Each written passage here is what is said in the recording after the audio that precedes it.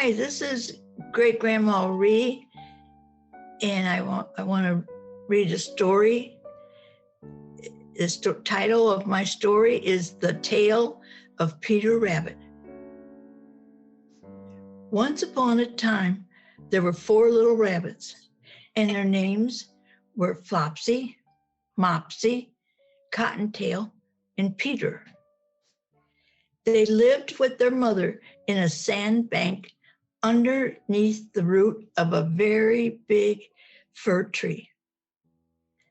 "Now, my dears," said old Mrs. Rabbit one morning, "you may go into the fields or down the lane, but don't go into Mr. McGregor's garden. Your father had an accident there. He was put in a pie by Mrs. McGregor. Now run along and don't get into mischief. I'm going out." Then old Mrs. Rabbit took a basket and her umbrella and went through the wood to the baker's. She bought a loaf of brown bread and 5 currant buns.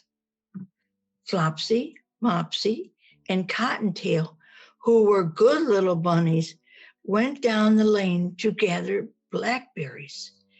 But Peter, who was very naughty, ran straight away to Mr. McGregor's garden and squeezed under the gate.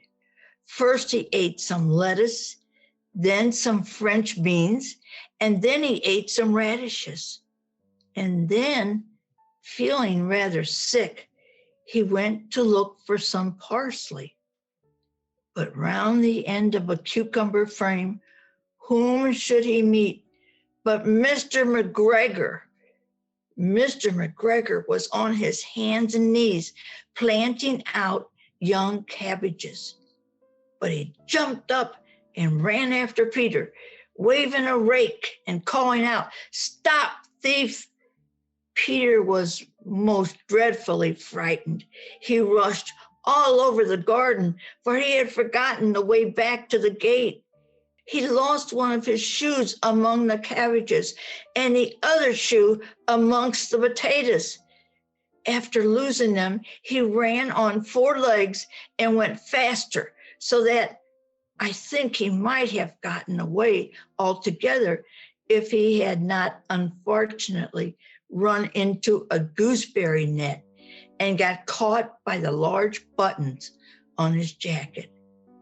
It was a blue jacket with brass buttons, quite new. Peter gave himself up for lost and shed big tears, but his sobs were overheard by some friendly sparrows who flew to him in great excitement and implored him to exert himself. Mr. McGregor came up with a sieve, which he intended to pop upon the top of Peter. But Peter wiggled out just in time, leaving his jacket behind him, and rushed into the tool shed and jumped into a can. It would have been a beautiful thing to hide in if it had not had so much water in it. Mr. McGregor was quite sure that Peter was somewhere in the tool shed, perhaps hidden underneath a flower pot. He began to turn them over carefully, looking under each. Presently, Peter sneezed. "Ka-choo!" Mr. McGregor was after him in no time and tried to put his foot upon Peter, who jumped out of a window, upsetting 3 plants. The window was too small for Mr. McGregor, and he was tired of running after Peter. He went back to his work. Peter sat down to rest. He was out of breath and trembling with fright, and he had not the least idea which way to go.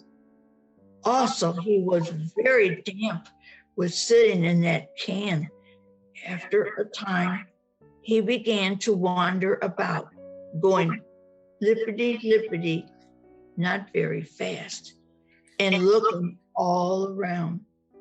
He found a door in a wall, but it was locked, and there was no room for a fat little rabbit to squeeze underneath. An old mouse was running in and out over the stone doorstep, carrying peas and beans to her family in the woods.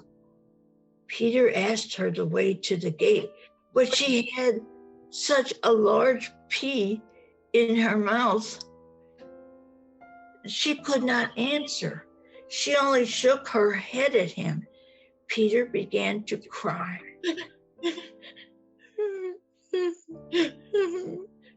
Then he tried to find his way straight across the garden, but he became more and more puzzled.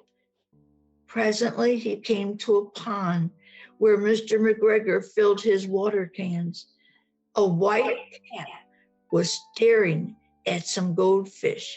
She sat very, very still, but now and then the tip of her tail twitched as if it were alive. Peter thought it best to go away without speaking to her. He had heard about cats from his cousin, little Benjamin Bunny. He went back towards the tool shed, but suddenly, quite close to him, he heard the noise of a hoe. Scratch, scratch, scratch, scratch. Peter scuttered underneath the bushes, but presently, as nothing happened, he came out and climbed upon a wheelbarrow and peeped over. The first thing he saw was Mr. McGregor hoeing onions. His back was turned towards Peter, and beyond him was the gate. Peter got down very quietly off of the wheelbarrow and started running as fast as he could go. Along a straight walk behind some black currant bushes. Mr. McGregor caught sight of him at the corner, but Peter did not care. He slipped under the gate and was safe at last in the wood outside the garden. Mr. McGregor hung up the little jacket and the shoes for a scarecrow to frighten blackbirds. Peter never stopped running or looked behind him till he got home to the big fir tree. He was so tired that he flopped down upon the nice, soft sand on the floor of the rabbit hole and shut his eyes. His mother was busy cooking. She wondered what he had done with his clothes. It was the second little jacket and pair of shoes that Peter had lost in a fortnight. I am sorry to say that Peter was not very well during the evening. His mother put him to bed and made some chamomile tea, and she gave a dose of it to Peter. 1 tablespoonful to be taken at bedtime, but Flopsy, Mopsy, and Cottontail had bread and milk and blackberries for supper. The end.